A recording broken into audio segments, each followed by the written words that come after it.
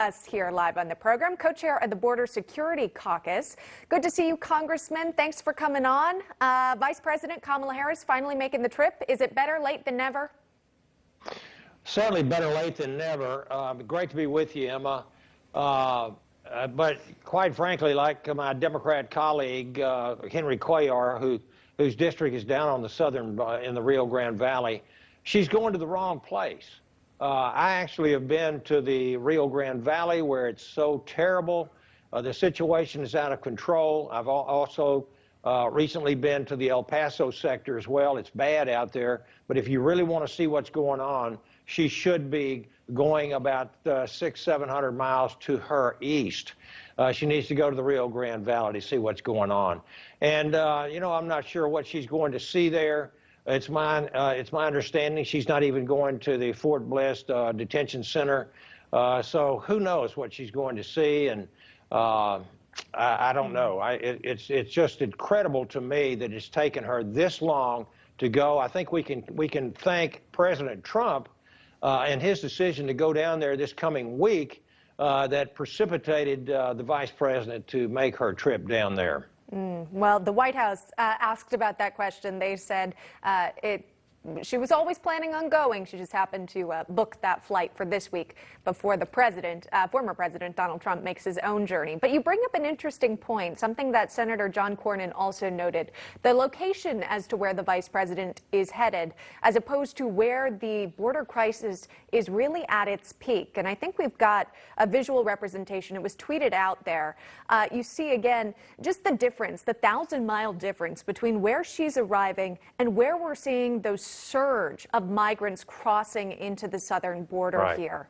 Is she going to get an accurate picture of what's actually happening based on where she's arriving in El Paso? No, ma'am. She is certainly not going to get an accurate picture of what's happening in the worst sector, which is, again, over in the Rio Grande sector. She will not see the worst place. She needs to go to the Rio Grande Valley where you can see facilities that are packed to the gills, whether they're run by CBP or over at the HHS facilities. Secretary Mayorkas and this administration they've become experts at facilitating releases of thousands of illegal immigrants coming across the border and facilitating the movement of thousands of unaccompanied minors in a CBP facility stacked on top of one another, and they move them across a road or down the street or around the corner to an HHS facility, and then they'll show us a picture of empty pods that did contain hundreds and thousands of unaccompanied minors. They simply just, it's a shell game. They move them from one place to the next and then say they've got everything under control. Let me just say this, Emma. I just came from our Border Security Caucus meeting just minutes ago, and we were talking with an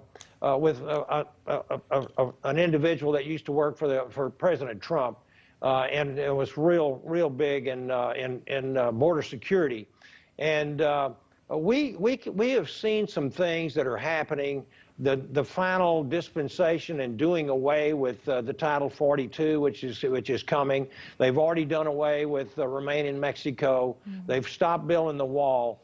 It is a deliberate attempt on the part of this administration, and I hate to say the word malicious, but it certainly looks. I don't know how many more children are going to have to be dropped from the top of a wall, 14 or 15 feet high, in the middle of a desert. I've been to that section of wall where this 3- and 5-year-old were dropped. Kids wandering around, lost, being, having to be rescued by Border Patrol, by ranchers, and everybody coming across having to pay the cartels who have been enabled by this administration. This administration should be ashamed of itself for putting the American people at risk, having people literally die, wandering around in the desert, not just the American people, but the migrants themselves. I am for legal immigration. My own daughter-in-law is from Brazil. She legally immigrated here and became a U.S. citizen, but it's got to be done in the right manner. What this Biden administration is doing, Secretary Mayorkas, Vice President Harris, and Joe Biden himself, and the Democrat Party itself, they want open borders. They are endangering the American people. Yeah. They're bringing in a crime wave. It's just started.